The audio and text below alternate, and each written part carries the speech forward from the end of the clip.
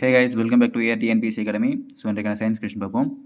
1969ஆம் ஆண்டு RH Whitaker என்பவரால் ஐந்துலக வகைப்பாடு முன்மொழியப்பட்டது. ஓகேங்களா?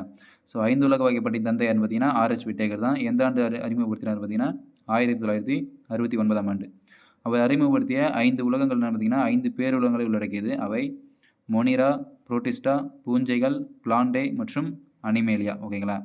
நெக்ஸ்ட் ஒன் பார்த்தீங்கன்னா 1623ஆம் ஆண்டு காஸ்பெர்ட் பாகின் என்பவரால் இருசொல் பெயரிடும் முறை அறிமுகப்படுத்தப்பட்டதுங்களா? இந்த இருசொல் பெயரிடும் முறையை அறிமுகப்படுத்தியது மட்டும்தான் காஸ்பெர்ட் பாகின் 1623ஆம் ஆண்டு அறிமுகப்படுத்தியிருப்பாரு.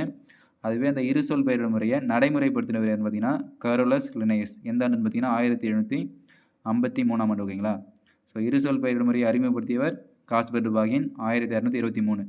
அந்த இருசொல் பெயரிடும் முறையை நடைமுறைப்படுத்தியவர் யாருன்னு பார்த்தீங்கன்னா கரோலஸ் லினேயஸ் 1753ஆம் ஆண்டு. ஓகேங்களா? அதே மாதிரி உயிரினங்களை பெயரிடுதலில் இருசொல் பெயரிடும் முறை பொதுவான முறையாகும். இது 2 பெயர்களை உள்ளடக்கியது.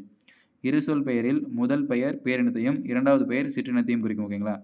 ஸோ கரோலஸ் லினேயஸ் தான் தற்கால வகைப்பாட்டியலின் தந்தை என்று அழைக்கப்படுகிறார்.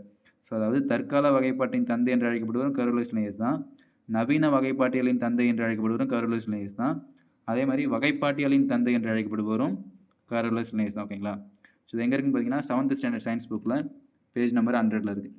Okay guys, thank you.